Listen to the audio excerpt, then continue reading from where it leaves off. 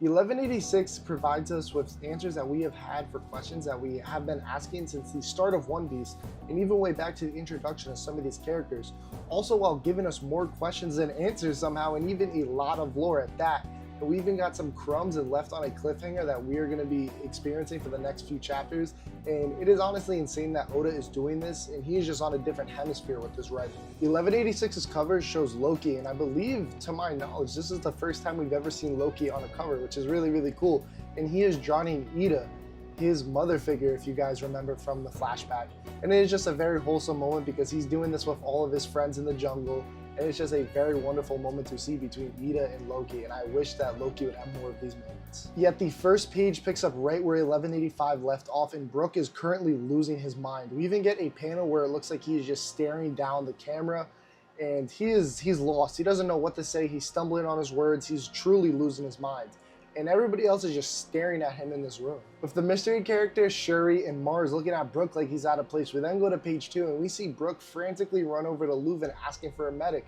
Brook is truly just losing his mind here. We see Brook kind of flash through all of these moments that he's had with Leuven, and he is crying out for his big brother and for a medic, for somebody to save his life, as everybody else just stares at him in this room. And then we get a glimpse of Emu, and to me it looks like Emu is watching this all unfold through St. Mars's eyes. And I believe this because we then get a glimpse of the door and nobody is in this castle. So it looks like they either killed everybody in the castle or everybody is just out fighting the fight in the streets.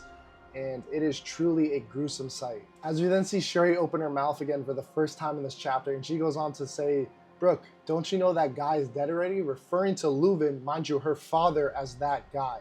In very important context. With Brook ignoring Shuri and immediately snapping to the mystery guy, he asks the mystery person what he has done to Shuri, because Brook has looked over Shuri since she was in diapers, he says, and he knows everything about Shuri that there is to know, so this possibly can't be her. She either has to be brainwashed, possessed, or something, because in Brook's mind, this isn't something that Shuri can do. In cutting Brook off, Shuri asked Brook if he knew that she was a celestial dragon.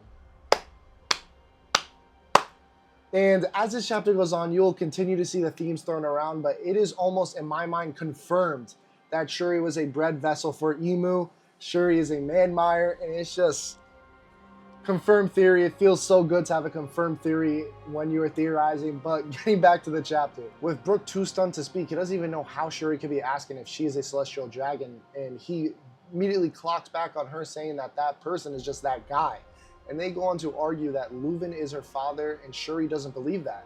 With Brook saying, "Leuven is your father, that's a fact," and she goes, "Can you prove it?" And Brook gives a very interesting comment in response to Shuri asking if they can prove the blood connection between herself and Leuven. Brook goes on to say, "That's irrelevant when it comes down to the bond between a child and a parent." As Shuri snaps back at that, and she goes on to say, "No, that is not right. This is life-changing news, and she should have been raised a celestial dragon." And she goes on to say that the past 16 years of her life have been a complete waste. And the conversation shifts even more. Shuri then turns to Leuven's character and says the demand for 1,000 slaves wasn't true. Leuven just didn't want to hand over Shuri. And she goes on to say that Leuven was just a good-for-nothing king that was just leading her people to their own doom. With Brook and Shuri still bickering, we then see Shuri say that she took responsibility of Leuven's endeavors and put him down to end this war. And Brook immediately snaps back, saying this will make this nation a lawless land. Like, this is not the right way to go about this. And then we see the mystery character finally speak. And completely irrelevant to all of what is going on, he is named Grow, and he goes on to say that he remembers Brook. Brook was at Candel's funeral. And in his introduction, Grow's family affiliation is with the Man-Myers, as we then see that he has the same exact eyes as Shuri. Shuri's a Man-Mire, Candel is a Man-Mire, it's all connecting, all the pieces are coming into play. But Grow also says that Brook wasn't allowed to come near him during Candel's funeral. And to be honest with you, this detail stuck out to me the most in this chapter because I don't know what he means by that. I don't know if he's still thinking like a celestial dragon and that there's a hierarchy in play, especially at this funeral with Candel being a Man-Mire. I don't know why he said this, but getting back to the chapter, we then see Brook go down to his knees in fear of Grow's eyes. And Grow goes on to tell us that they normally wouldn't come to a land to pick somebody up, but Shuri has awoken those mismatched eyes. And that is something that is truly rare in the One Piece world. But Grow goes on to say that he didn't awaken that trait, meaning that there is something beyond these eyes that Emu desires, because he then goes on to say that Emu desires this trait, and that is why they are there.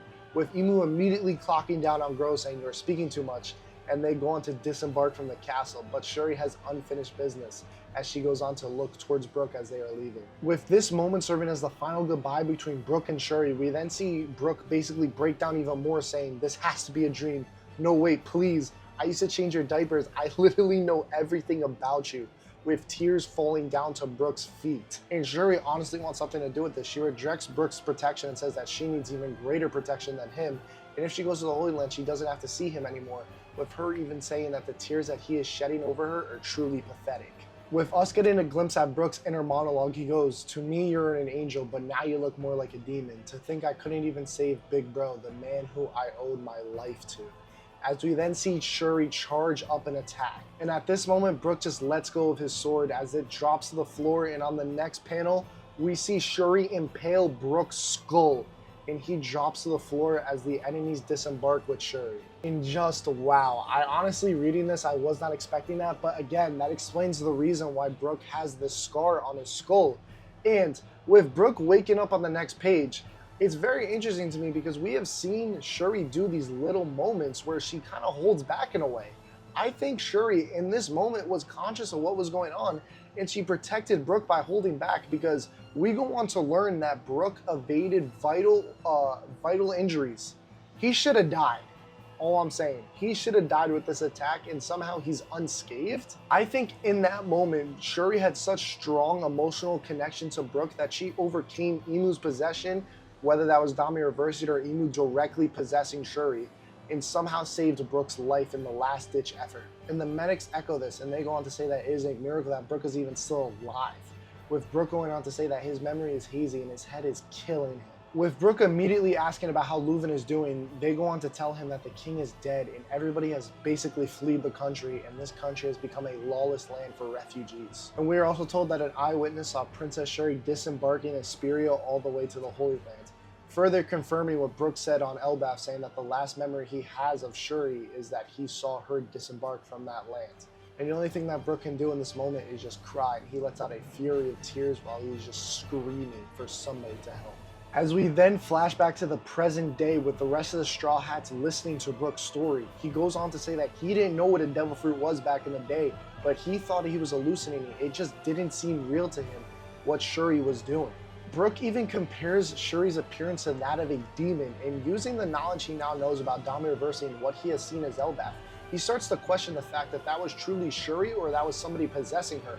And then, using all the courage Brook has left while he is still breaking down telling the story, he asks the rest of the Straw Hats if it is okay if he continues to put his trust in Shuri, banking on the fact that Shuri was truly getting possessed and manipulated in that moment. Brook then goes on to ask, if she is truly a victim, then guys, is it okay if I continue to put my trust in Princess Shuri? As we then see a montage of everybody basically saying, we were waiting for you to ask, and then trying to devise a way out of Ragnar's flash freeze. With everybody still brainstorming a way to get Shuri out of this flash freeze of Ragnar's, we then pan over to Brook running towards Shuri in the horizon, and he just can't wait. I'm very interested to see if Brook knows a way out of this, as we know Brook does have ice property powers, so he might have a secret technique to get out of this. Yet while this is going on, we then flash over to Luffy, and it is about damn time. We see Luffy finally finishing up his 8-course meal. With Luffy saying he's overflowing with power, he truly feels the most confident he's ever felt in his life as he springs into action towards Loki and Emu. With us then going back to the Loki and Emu fight, we then see Loki basically doing what Usopp did, talking down on Emu because they're targeting children. Like, what kind of coward does that? Emu then goes on to drop another lore bomb on us. That 800 years ago, the method of taking their children was the exact same way that the giant race lost and got into a bid against Emu. In hearing this, I immediately thought back to the Galilei Giants, and I feel like it is almost evident that that is a Ragnar flash freeze that they are imprisoned in Punk Hazard. And if we can somehow get Shuri out of this flash freeze without using Ragnar, this can 100% be the way that we unfreeze the Galilei Giants and how we get to use them in the final war. And going back to the conversation, Loki asking me what the hell is he talking about 800 years ago?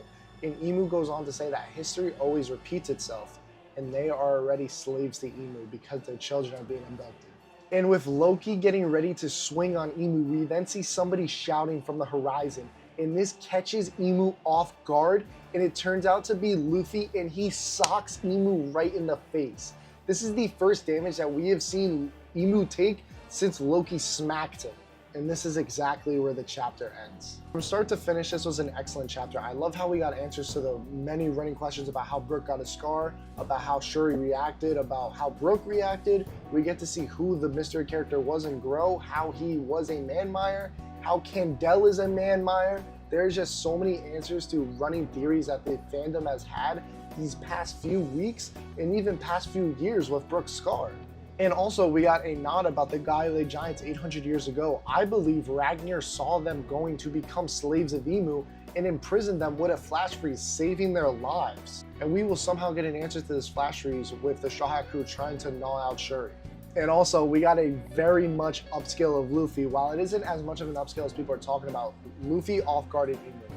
This is a very key context that we have to add to this scene. I don't believe that Luffy in base form is stronger than Loki or Ragnar attacks, but this is still an upscale nevertheless. Yet my main takeaway from this chapter, I feel like we're going to get a redemption of Shuri's character.